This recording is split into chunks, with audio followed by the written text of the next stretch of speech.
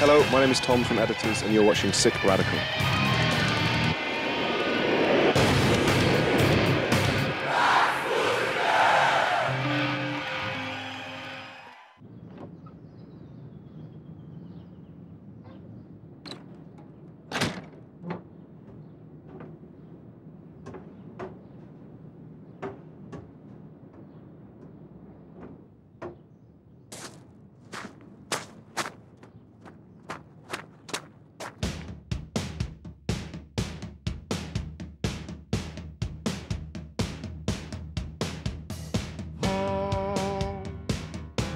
The blindfold down.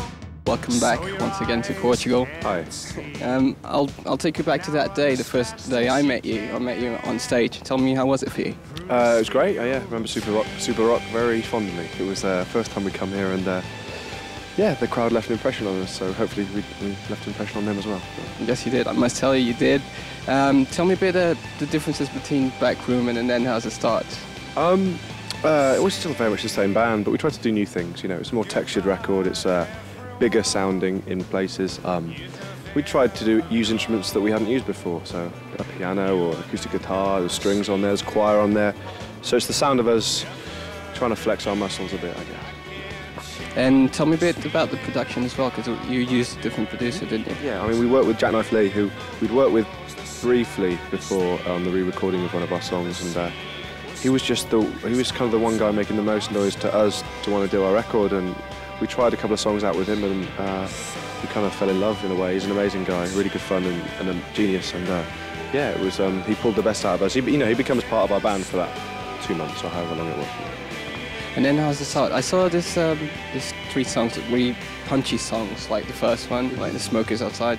The lyrics for that song, were you inspired by something?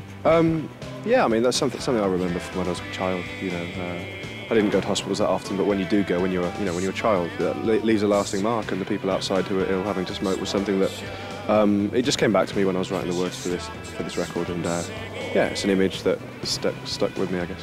And about the piano, how did you start the piano lesson? Really small boy?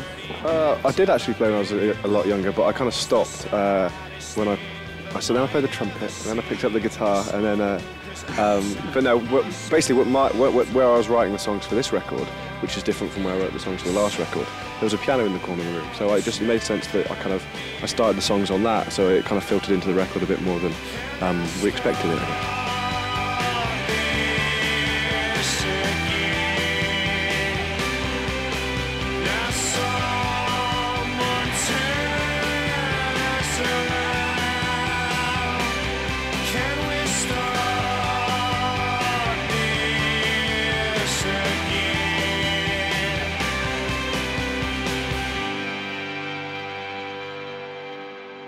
We've all been changed from what we were.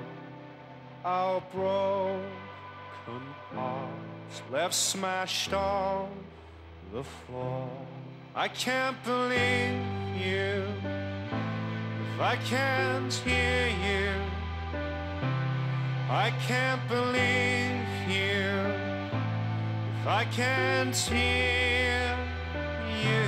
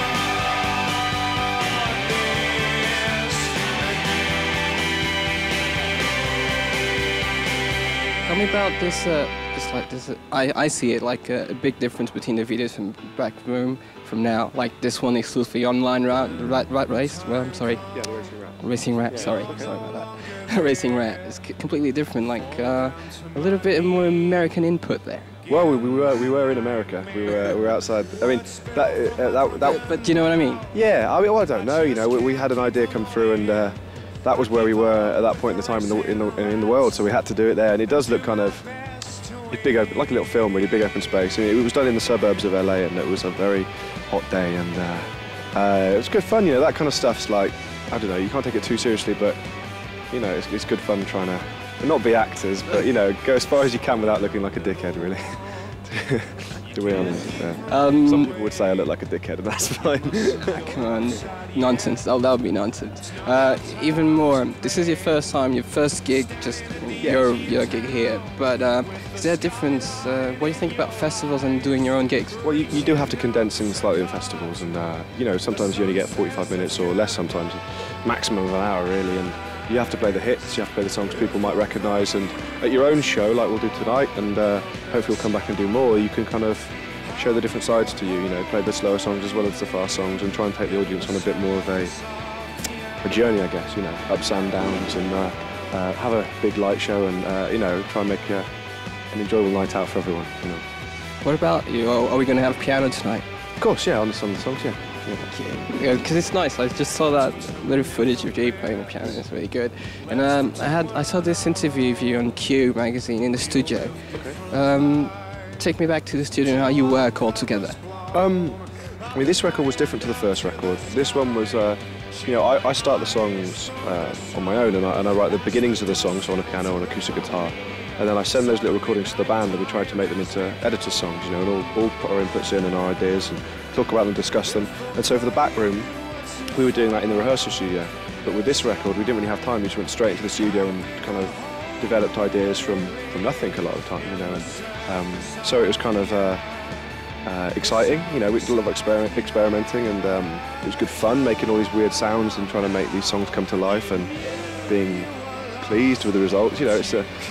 You know, people talk about how dark the record is, but we had a lot of fun making it. You know, and we're in the middle of Ireland, beautiful, outside, an hour outside Dublin, beautiful place. Drank a lot of Guinness, and it was a good time. I look back at it fondly. And even taking you back again to Back Room, like Bullets was the first single, and then this second single for And Then How's the Start is completely different. We're trying to, you know, bring a different audience to it. No, you never think about audience, but you can't do the same thing over and over again. You know, you want to show.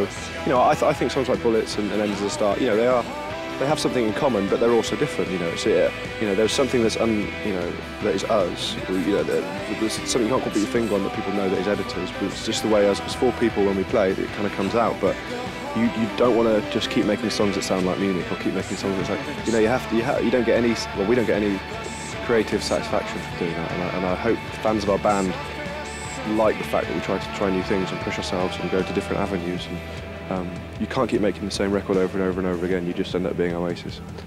So, whoa! Well, you know, two amazing records, but then have they ever made another amazing record? I don't know.